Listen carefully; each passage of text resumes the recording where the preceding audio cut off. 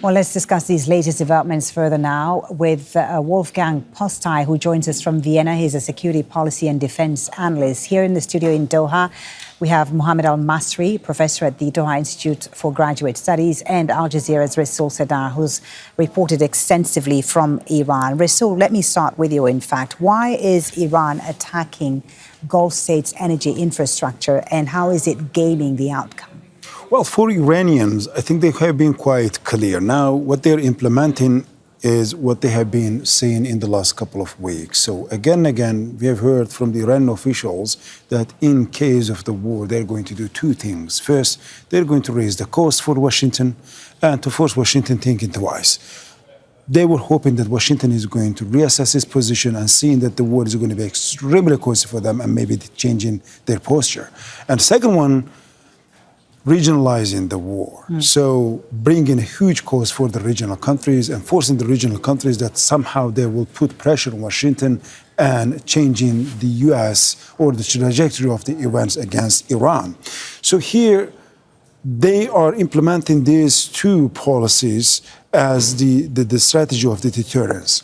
Now they have started, in the first day, they have started by attacking the U.S. military facilities, which by many it was understandable. Right. However, but no one expected them to go as far as attacking energy infrastructure. They were hinting that.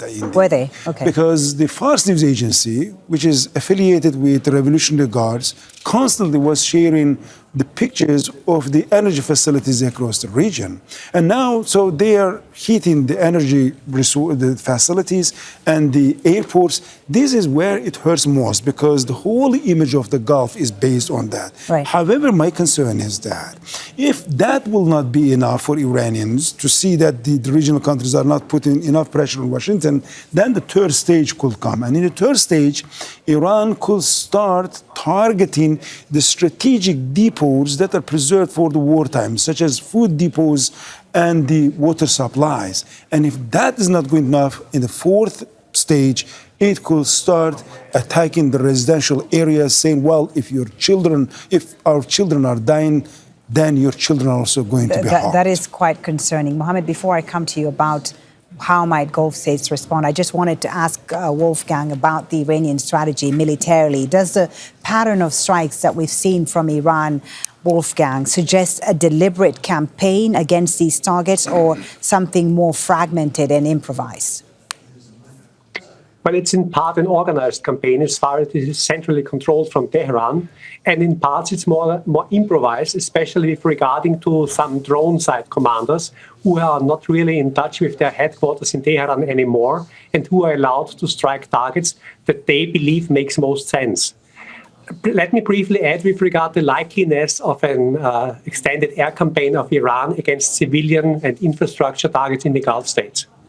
It is certainly not in the interest of Iran to become the subject, the target of retaliation of the Gulf states. One must be aware that not only the airports of Qatar, but also Saudi Arabia and the United Arab Emirates have hundreds of modern sophisticated fighter jets, and Iran cannot have any interest whatsoever to become subject to airstrikes from these powerful air forces. Mohammed Al-Masri, on the possible retaliation of Gulf states, they have so far appeared to be cautious about direct military involvement. Do you see their position as primarily a deterrent message, or is there a scenario where they could be actively involved militarily? Well, I do think there's a scenario. I mean, I think it depends in part on some of what Resul was saying, kind of the extent to which Iran is going to apply pressure. But I've been saying for a couple of days now, I see this response or potential response one of two directions. Either they could really ramp up pressure on the U.S. administration, basically tell the Trump administration that enough is enough. We can't tolerate this any longer. You need to stop this war and apply pressure on Netanyahu to make sure that he stops from his end as well. That's one possibility. But do they have that leverage today? I think the Gulf states have quite a lot of leverage. I've said this in many contexts over the past couple of years. They have a lot of leverage. There's a huge amount of economic investment that the Gulf countries provide to the United States. They've pledged upwards of, depending on the estimates, potentially $2 trillion, right? It's an awful lot of money.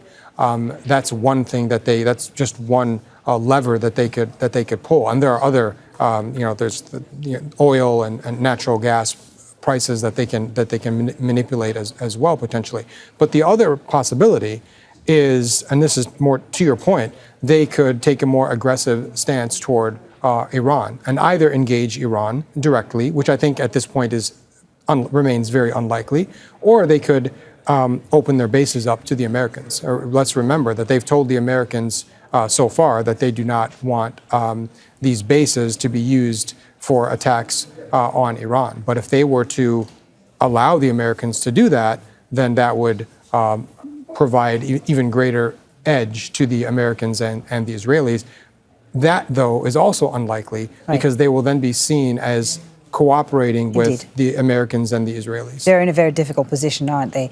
Resul, Wolfgang made an interesting point about reports that Iranian drone operations are not fully centralized. What do you know about the current state of command and control in Iran following the killing of the supreme leader?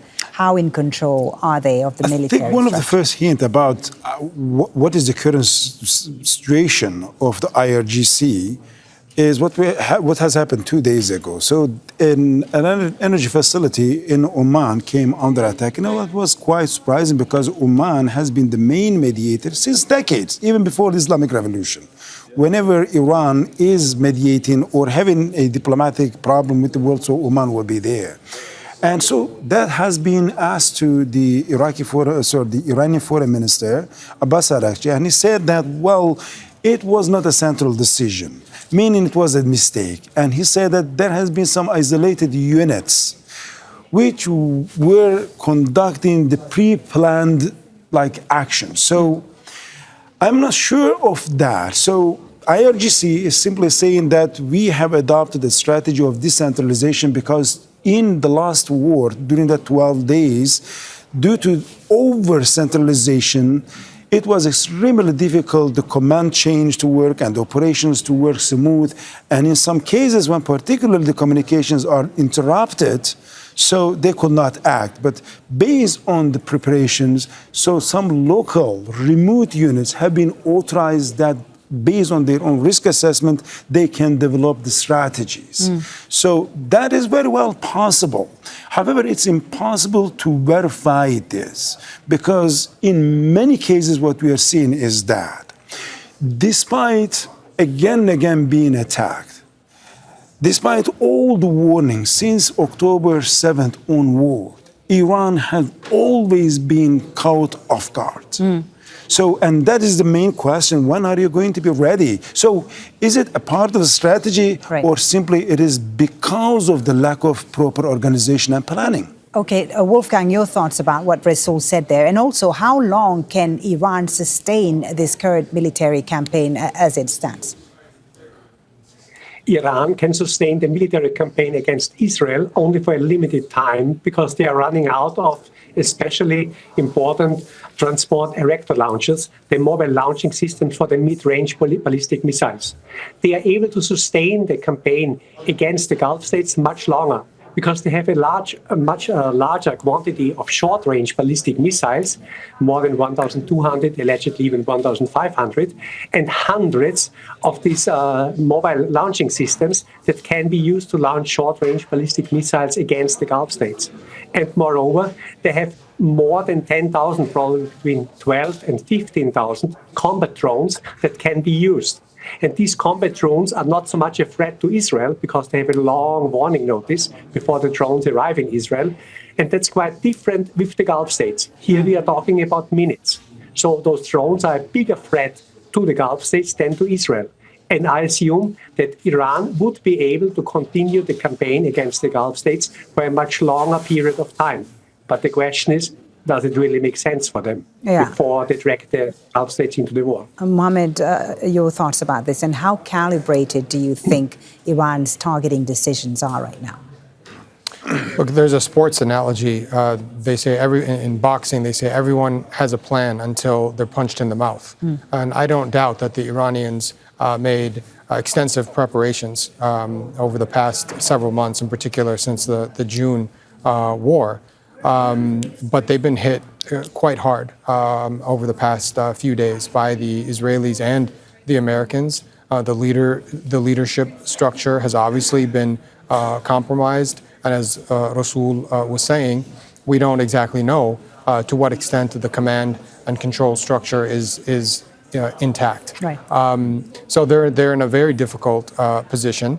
But I also think that they view this as kind of existential. And so they're going to be, to use another boxing analogy, they're going to be throwing haymakers. I mean, I think that they realize that it's kind of fight or die in some respects. So I think they're digging their heels in and planning on a long war. Right. Now, if they're planning on a long war, when it comes to the Israelis and Americans, Mohammed, there seems to be a divergence as to how long this can go on for. We heard from President Trump talking about 4-5 weeks possibly, but Netanyahu is saying this can be quick. What does that say to you about the strategy, the objectives from the Israelis and the Americans, and whether it can succeed, given that there seems to be a divergence there? Yeah, well, I think there's clearly an inconsistency. They're still kind of looking for a common narrative, but I think it just underscores that kind of what Marco Rubio said yesterday, that Israel forced America's hand in this. I'm of the mind that the United States didn't necessarily want this war, at least not now, but it was Benjamin Netanyahu, again, kind of getting his way with Donald Trump. And it's ironic, as many have noted, that the America First president has become almost kind of Israel First during this second term. So, look, I think Israel wants chaos. I certainly don't think this is about a nuclear weapon. I don't necessarily think it's about regime change. I think they want a collapsed state. I think they want a weakened region all around them so that they can emerge as the only hegemon. Right. Wolfgang, your thoughts. You know, when Washington says the objective is to destroy Iran's missile and nuclear capabilities, what does that actually require militarily? And who, between President Trump and Netanyahu, who is right on the timeline? Trump says 5 weeks possibly, Netanyahu says quicker. What are your thoughts? The current discussion about the timeline is part of information warfare.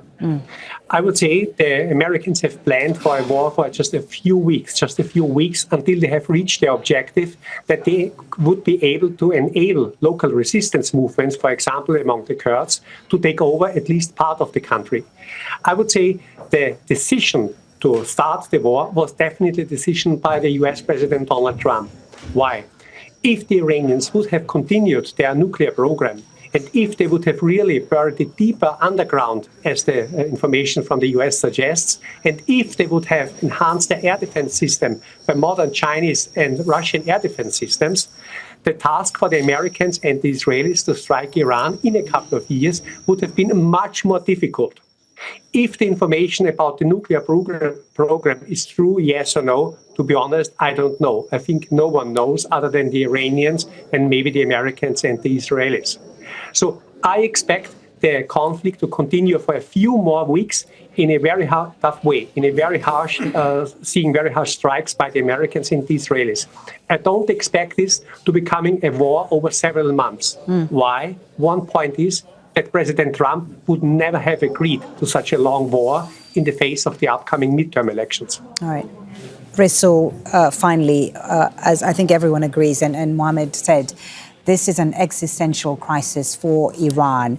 If the goal is regime change for the Americans and Israelis, it would seem more, can they succeed in elevating a pragmatic leader within Iran, an insider who's capable of recalibrating policy even if the system is still in place? I think that is extremely difficult. And I don't think that Americans and Israelis are looking for a quick regime change because of a couple of reasons. First, in Iran, there are millions who hate this regime and want to bring it down. But on the other hand, it has millions also that are extremely loyal to the regime. How do we know that? Just 18 months ago, 2023, when there was a presidential election. So the ultra-conservative candidate, Saeed Jalli, has received 13 million of votes. And those who voted for Masoud Pezeshkian are not necessarily anti-regime. Half of them are loyal to the regime, at least. So roughly, based on this simple mathematics, we're talking about 20 million people. It's not a typical Middle Eastern dictatorship that it's holding on the weapons and imposing its wills on people. Yes, there is a growing public frustration and there is a growing public discontent with the regime. However, it still has a very huge base as well. That's one side. But on the other hand, so IRGC is not merely an army. It is a political, ideological, and economic pillar of the Islamic Republic.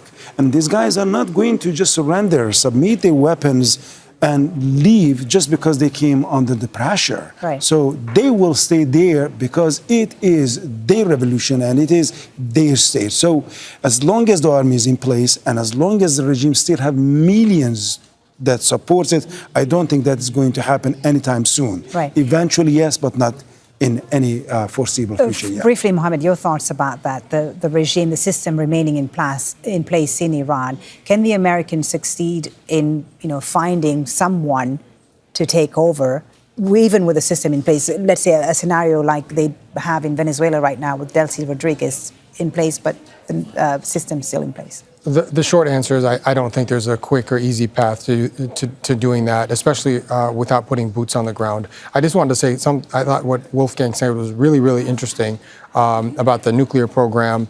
However, I would just say this. If this were really about the nuclear program, we all know that there's a much easier path to ensuring that Iran doesn't get a nuclear weapon, and that is the path of negotiations. We know that it was the United States and Donald Trump that walked away from the Iran nuclear deal, and it's the United States that's refused to engage seriously and substantively at every stage in the second term with a negotiated agreement. All right, gentlemen, thank you for a very interesting discussion about these developments. Wolfgang Pustai, Resul Serdar here in Doha, and Mohammed Al-Masri. Thanks to all three of you. Don't miss out. Get the full picture. Subscribe to Al Jazeera for reliable news, expert insight. Like, share, stay ahead.